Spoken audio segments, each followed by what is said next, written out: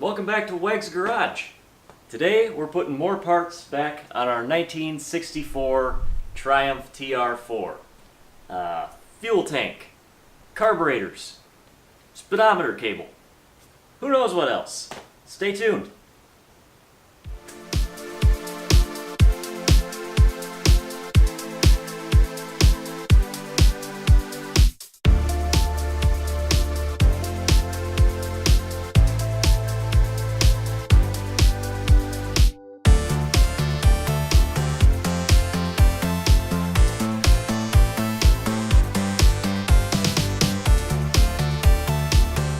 Alright, so first thing we're gonna do is get our speedometer cable, tach cable, and the oil pressure line hooked up to the gauges in the cockpit.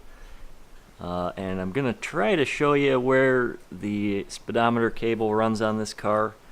I want to thank everybody who helped me out this week finding the right routing, and I think I got it now, so you guys can check my work.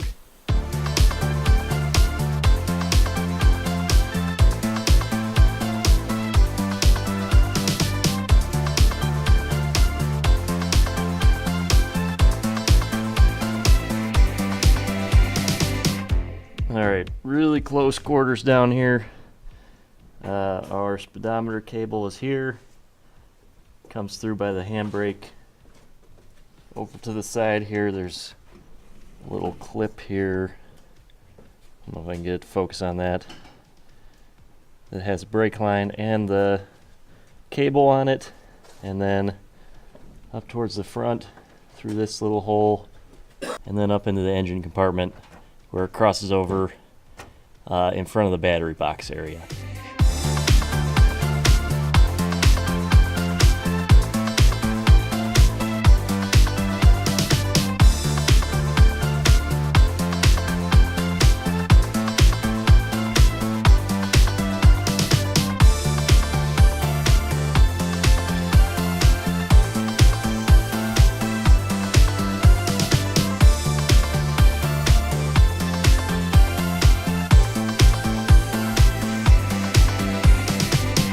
Alright, we got our speedometer and tach cables run. We got them kind of secured along this heater pipe here for now. I think maybe they're supposed to go on the battery box, but we don't have that right now, so that will work for now. And we're not going to hook up the oil pressure line just yet. But next up, we are going to put the carburetors back on. So, got gasket, insulating plate, and another gasket, and we'll bolt them back up.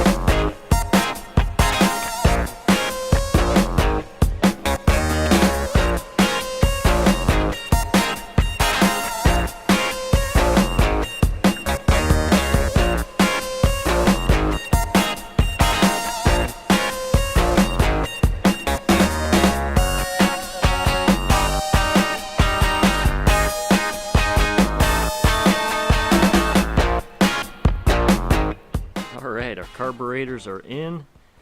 They look really awesome. I think we're probably going to have to get a new choke cable on the way. That got a little bit torn up when we pulled it through the hole.